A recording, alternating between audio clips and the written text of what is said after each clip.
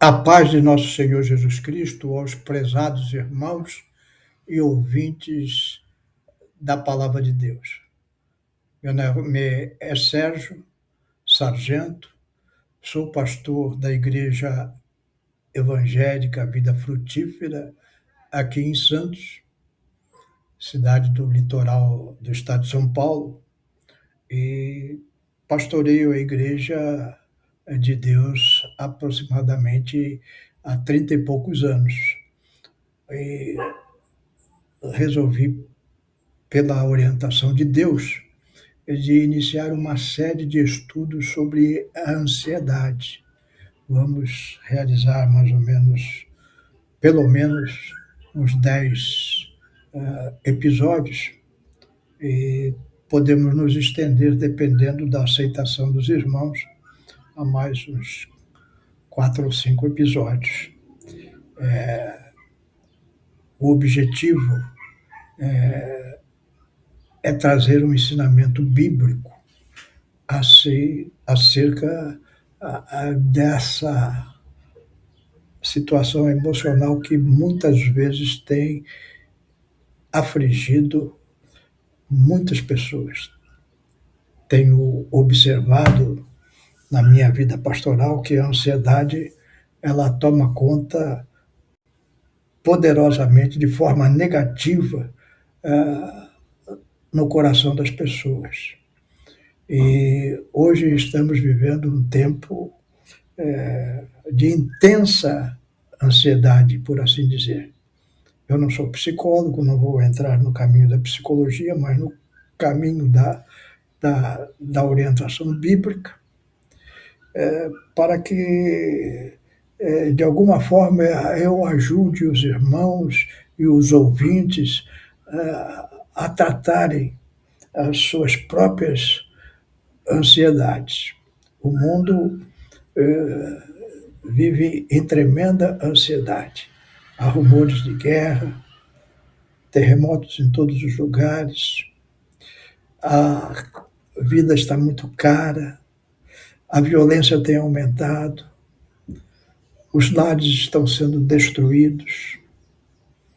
Tudo isso tem trazido ao coração humano um estrago muito grande, que precisa ser revertido, precisa ser cuidado. Se você anda muito ansioso, você precisa saber, você precisa cuidar disso. E eu pretendo te ajudar nessa caminhada. É uma caminhada, não existe uma solução definitiva para a questão da ansiedade. E uma coisa que eu sempre vou trazer aqui durante os nossos vídeos é que a ansiedade ela não é um pecado. A Bíblia não considera a, a, a ansiedade um pecado. A Bíblia considera a ansiedade uma experiência humana e fala muito sobre isso. O apóstolo Paulo, lá em Filipenses 4, de 6 a 7, ele fala, olha, não andeis ansiosos por coisa alguma. É importante, nós vamos voltar a falar disso, é importante nós lembrarmos que o apóstolo Paulo, ao escrever essas palavras inspiradas pelo Espírito Santo, ele está preso. E preso inocentemente. É uma situação de grande aflição e que pode causar muita ansiedade. No entanto, ele em paz, em oração, ele traz uma orientação para a igreja. Não andem ansiosos, não é uma ordem, é uma orientação, precisamos entender isso. A nossa alma ela está subdividida. Nós temos espírito, alma e corpo. E o corpo, a alma, ela também está subdividida nos nossos pensamentos, nas nossas emoções e nas nossas atitudes. E a ansiedade está nessa parte da alma chamada emoções. Sentimos emoções e a ansiedade ela, ela provoca reações e respostas emocionais aprendidas diante de estímulos que sinalizam alguma ameaça, ou perda ou incerteza. E aí eu parto para um comportamento às vezes de evitar, eu evito tal situação porque aquela situação me traz ansiedade, eu não a enfrento, fujo, adio, tenho uma viagem para fazer, mas aquilo me causa ansiedade porque tenho receio da viagem, tenho receio dos gastos, tenho receio de como vou encontrar aquilo que quero encontrar do outro lado. Então, eu fujo dessa situação. Eu preciso do emprego, mas eu evito procurar, porque se eu procurá-lo, eu já começo com uns pensamentos negativos, vai dar errado, não vai dar certo. E aí eu parto para esses pensamentos negativos e evito de alguma maneira passar por aquela ansiedade, onde muitas pessoas vão caindo na bebida. Hoje as drogas estão aí, é um, é um problema, né, público muito grave. Muitas vezes as pessoas se drogando, pessoas ansiosas,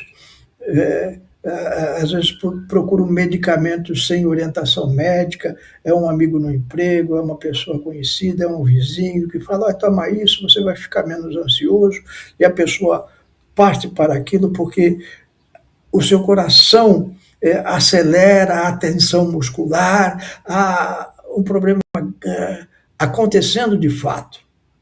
E esses pensamentos negativos vão piorando a situação, e isso vai se tornando repetitivo. Todas as vezes que eu vou enfrentar alguma situação que eu sei que vai me causar ansiedade, eu evito, eu fujo, eu adio. Talvez você tenha adiado muitas coisas na sua vida porque a ansiedade tomou conta de você. Talvez você tenha fugido de muitas situações porque a ansiedade tomou conta de você. Você tem evitado muitas situações também por causa da ansiedade. E são pensamentos sempre negativos a respeito. A Bíblia descreve a ansiedade como uma preocupação excessiva. Lá em Provérbios 12, 25, diz assim: a ansiedade oprime o coração do homem. A ansiedade oprime o coração do homem. Você sente isso fisiologicamente, mas uma palavra bondosa o anima. Então, ali já um remédio, né? Quando você encontrar alguém ansioso, se o caso da ansiedade não for sua, for de um terceiro, você trazer uma palavra bondosa para aquela pessoa ansiosa. Às vezes você aumenta a ansiedade de quem já está ansioso. O pessoal fala assim, olha, eu tenho medo disso, porque posso ser assaltado, por exemplo. Vai falar, olha, fulano de tal foi assaltado, e as conversas vão piorando a situação e você sai mais ansioso do que entrou. A palavra de Deus, ela nos recomenda. Quando alguém aparece ansioso, o coração dele está oprimido. Então você leva uma palavra bondosa para o animar. O salmista, lá no Salmo 94, verso 19, ele fala assim: quando as minhas inquietações aumentavam no meu íntimo, ou seja, as inquietações aumentavam no íntimo, ele corre para Deus. O teu consolo trouxe alívio a minha alma. Só Deus consola. Então, a Bíblia trata a ansiedade com muito cuidado, não como uma condenação moral, mas um reconhecimento da fragilidade humana. Por isso, podemos recorrer a Deus. Então, um dos objetivos que eu tenho para trazer para os irmãos, para os amigos, no conselho pastoral, é que a ansiedade ela é algo natural, mas nós precisamos tomar muito cuidado, porque ela pode se tornar algo disfuncional, patológico, causar problemas sérios. Eu tive um amigo que ele nunca tinha viajado de avião. E ele foi fazer uma viagem de avião e o pânico tomou conta dele, de tal forma que antes da decolagem as portas do avião já estavam fechadas, a, a, os preparativos do piloto já era para a decolagem.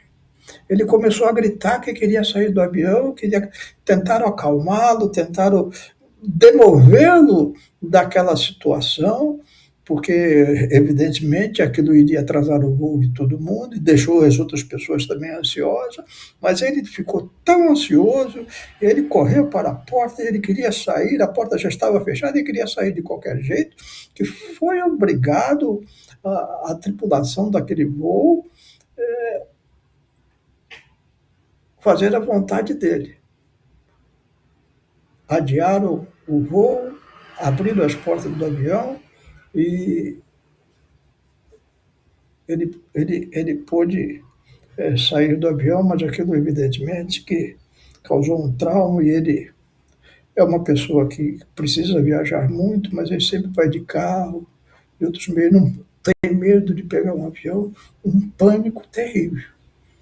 E só aumenta com o passar do tempo, se não for cuidado devidamente. Então, são situações gravíssimas. Eu me lembro também uma ocasião, eu trabalhava no 8º andar de um prédio, nós atendíamos pessoas ali, recebíamos pessoas estranhas, e estava no verão, o verão aqui em Santos é fortíssimo, quem conhece Santos sabe.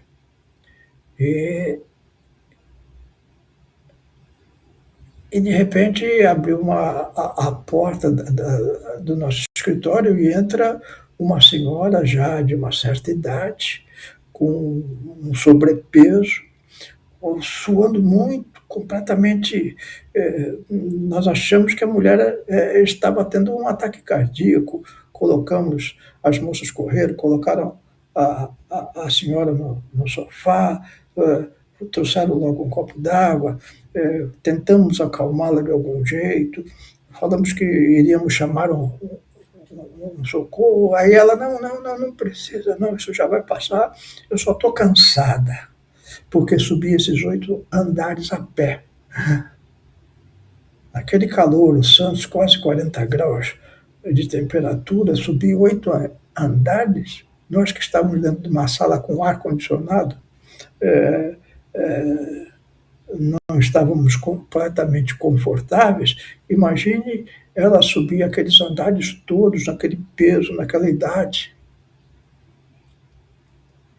Joelhos problemáticos. E ela falou assim, olha, e nós falamos, o que aconteceu? O elevador está quebrado? Ela falou, não, eu tenho medo, eu tenho pavor de entrar em elevador.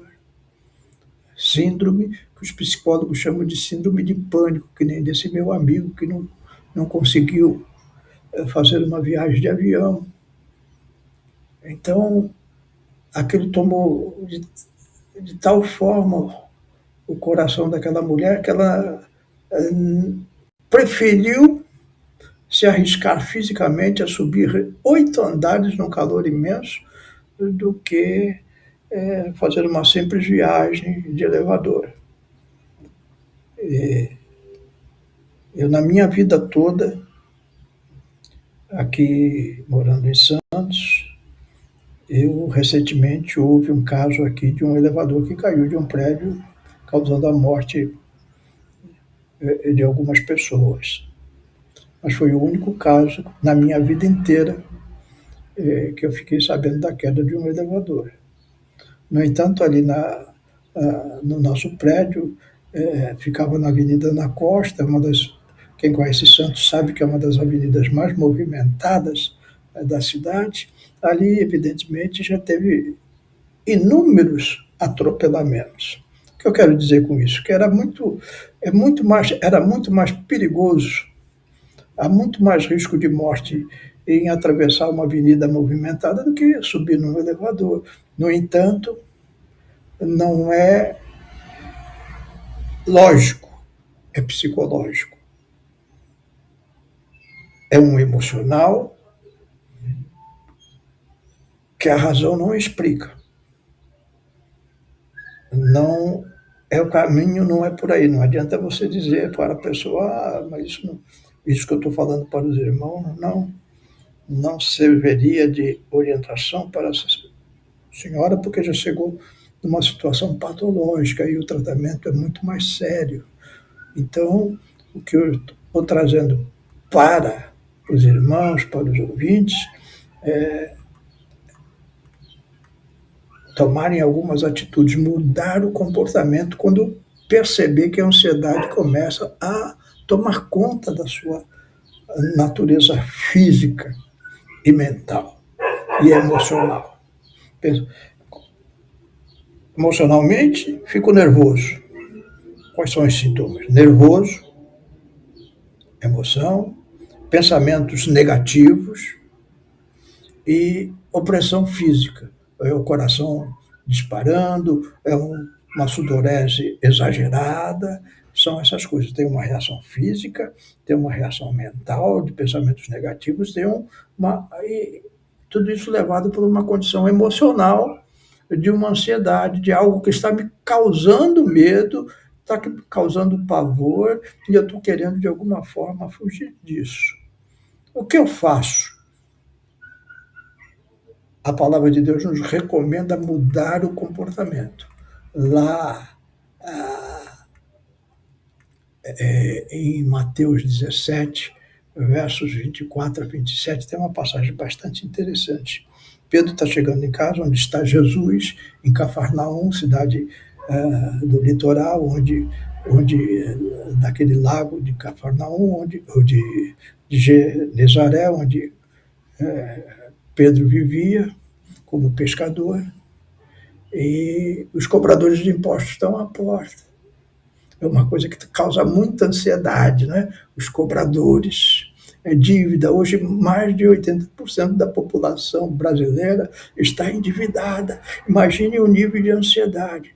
As famílias estão brigando por causa de dinheiro, por causa de conta de luz, e está havendo muitas traições na família, causando separações, causando dores terríveis. E aí Pedro, naquela situação, ele entrou ansioso dentro de casa, foi cobrado.